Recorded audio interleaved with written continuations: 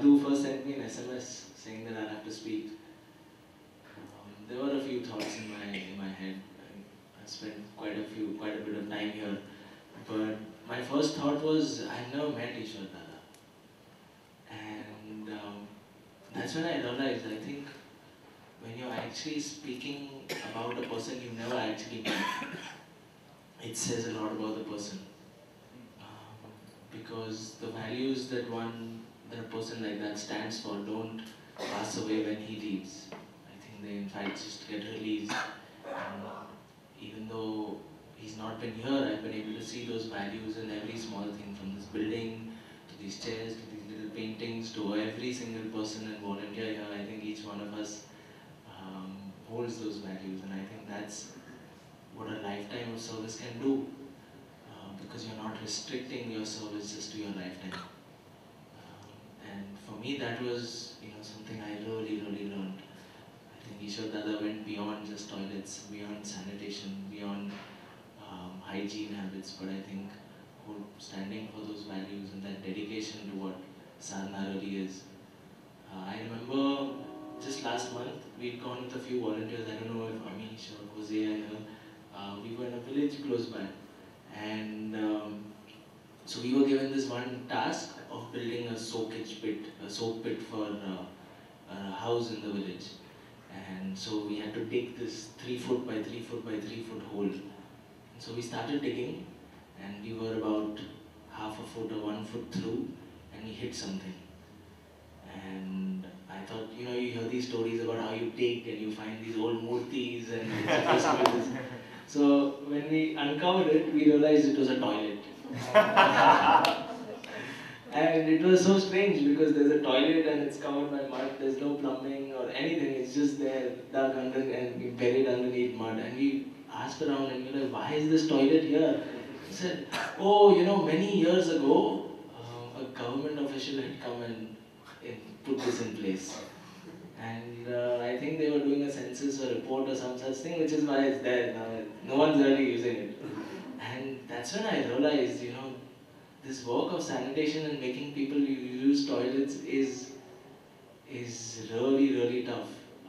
I think with my business background and corporate background, if you'd asked me 2 years ago, what will it take to solve India's sanitation crisis, I would have said government subsidy and technology and funding from donors.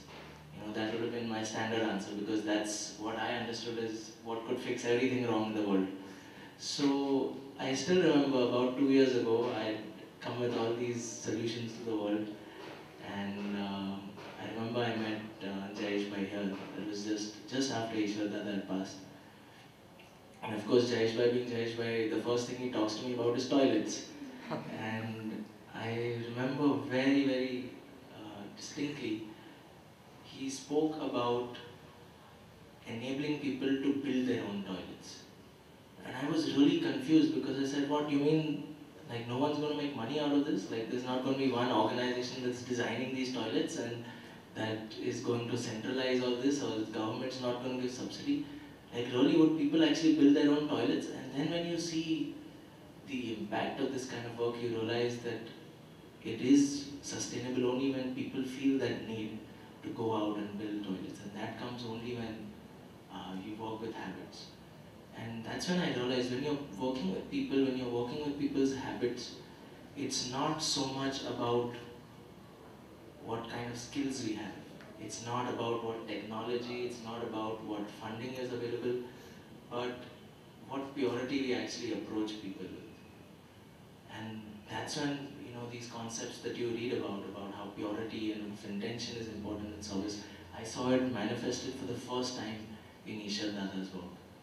Just the thought that Ishwar Dada had nothing to take from communities. I could just picture him going from community to community, just spreading the message of sanitation, not for votes, not for impact reports, but just because he believed in the message of sanitation. And I think when people connect with that purity, that's when that change really happens. And that change doesn't need to be implemented by a donor organization or a government. It just spreads like a virus. And that's when it really becomes effortless. So I've literally called this do nothing sanitation. But not that it's nothing. I think it requires a deep, deep sadhana. But I think it requires us to work on our intentions. And just going with these intentions and constantly flowing it from community to community with just that hope that one day people will start defecating in toilets. So I think for me that's really what I learned. And I learned the importance then of working on myself. Not out of a selfish reason just to be happy, but how that can actually ripple out into mass impact later on in the, after a few years. So it's really changed my definitions of how you get scale, how you get impact, just from deep inner transformation. Thank you.